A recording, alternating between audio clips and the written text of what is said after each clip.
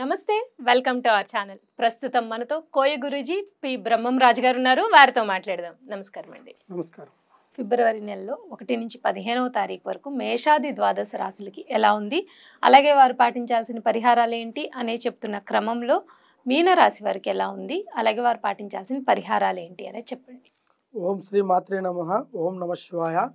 ఈ మీనరాశి గల వాళ్ళ విధానం ఎలా ఉంటుందిరా అంటే, ముఖ్యంగా అధికారాన్ని చేజిక్కించుకోవాలి, మంచి అధికారంలో నిలబడాలి, నలుగురిలో మంచి పేరు సంపాదించాలి, కుటుంబ గౌరవార్థాన్ని కాపాడుకోవాలనుకొని ప్రతి ఒక్క స్త్రీకి పురుషుడికి ఉంటుంది.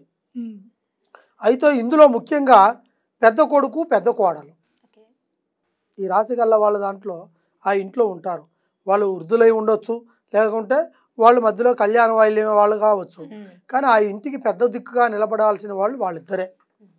వాళ్ళు నిలబడి కొన్ని బాధ్యతల్ని ఈపునేసుకుంటారు, కొన్ని సమస్యల్ని వీళ్ళే పరిష్కారం చేసుకుంటారు.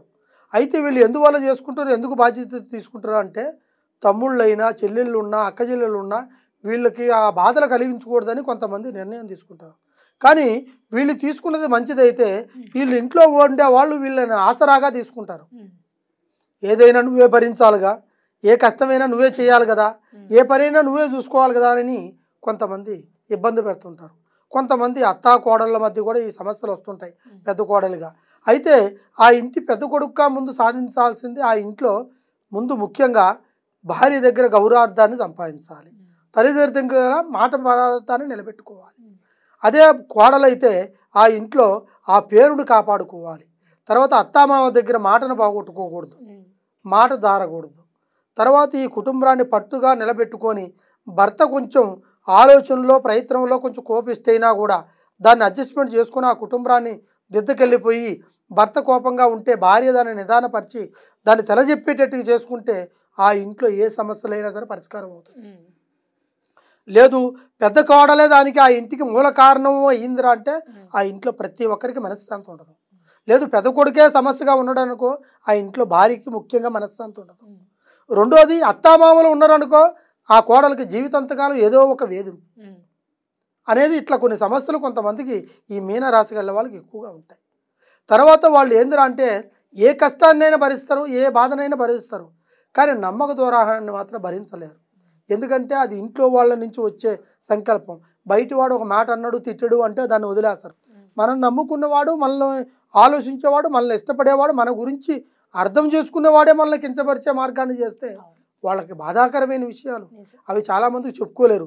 చెప్పుకుంటే పరువు పోతుంది, నలుగురి దగ్గరికి పోతే నలుగురుగా చెప్పుకుంటే మన ఇంటి గుట్టు మనం బయట పెట్టుకుంటామని వాళ్ళ అంతరాత్మలో పెట్టుకొని కుమిలిపోతూ ఉంటారు. ఏ రోజుటు పల్లెట్టు మాట కూడా అనరు, కానీ వాళ్ళని మాత్రం ఆసరాగా తీసుకుని వీళ్ళు ఏదో ఒక మాట అంటూనే ఉంటారు, సూటిపోటి మాటలు. వాళ్ళ వల్ల కూడా ఆ ఇంట్లో సమస్యలు వస్తూనే ఉంటాయి. ఎంత కష్టం చేసినా చేసినట్టుగా రాదు. అట్టా కుటుంబంలో స్త్రీకి పురుషులకి ఈ మీనరాశుల కల్లా వాళ్ళకి ఈ ఇబ్బందులు ఇంటిలో కనబడుతుంటాయి.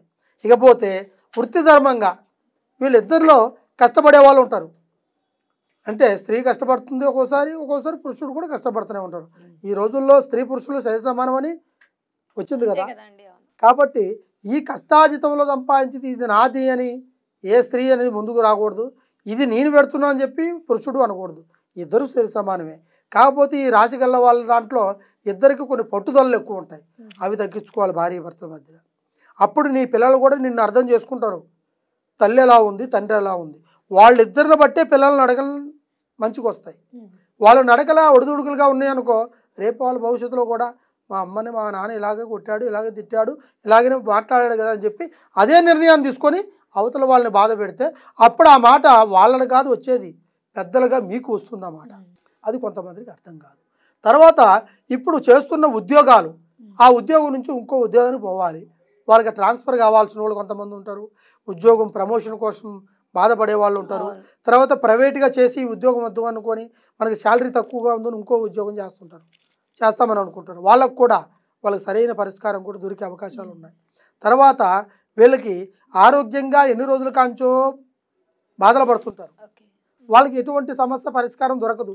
ఉద్యోగాల గురించి కుటుంబం గురించి మొత్తాన్ని పోగొట్టుకొని ఆరోగ్య సమస్యల వల్ల భయపడుతూ గుడి గోపురం పూజ పురస్కారం అంటూ తిరుగుతారు. డాక్టర్ల దగ్గరికి పోతూనే ఉంటారు, మందులు మాత్రలు వెంటనే ఉంటారు, ఏ తిన్నా పోదు. అది ఒంట్లో పుట్టిన జబ్బో రోగం అయితే పోతుంది, ఉమ్, లేకుంటే పోదు. మరి ఏమిటి ఆ ప్రాబ్లం అని కొంతమందికి సందేహం ఈ విధంగా ఉంటుంది. ఏంటంటే ఈ మీనరాశి గల వాళ్ళకి ఎక్కువగా ఏంటంటే దాటుడు ప్రయోగం ఎక్కువగా ఉంటుంది. అంటే మీరు అన్నారు కదా దిష్టి తీసి వేసే. అయిగా దాటుడు వేరు. ఈ దాటుడు ఎలా ఉంటాయి అంటే ఎక్కువగా మనం నీళ్ళల్లో పోసి పసుపు కుంకుమ వేసి ఎంటికలు తుక్కేస్తారు, అంటే తల ఎంట్రుకలు అంటారు, అవి వేస్తారు. అవి రోడ్డు మీద పోసేస్తారు, దారిలో రోడ్లో అంటే ఆడ పోస్తారు. మనం నైట్ టైంలో కావచ్చు, పగులు టైంలో, లేదా మన ఫోన్లో మాట్లాడుకుంటూ చక్కని దాటేస్తాం. మనం దాటేసినప్పుడు ఆ ఒక్క ప్రభావం అనేది ఆ వ్యక్తికి తగులుతుంది. అవి కూడా ఉంటాయి దీంట్లో. తగిలినప్పుడు ఏమవుతుందంటే ఈ రాశి గల్ల వాళ్ళ విధానాలు మాటలు మొదట్లో ఉన్నట్టుగా ఉండవు, రకరకాలుగా మారుతుంటాయి. ఎందుకంటే ఈ రాశి బలాల నుంచి వచ్చే ప్రాబ్లాలు కావు కదా, ఇది బయట నుంచి వచ్చే ప్రాబ్లం.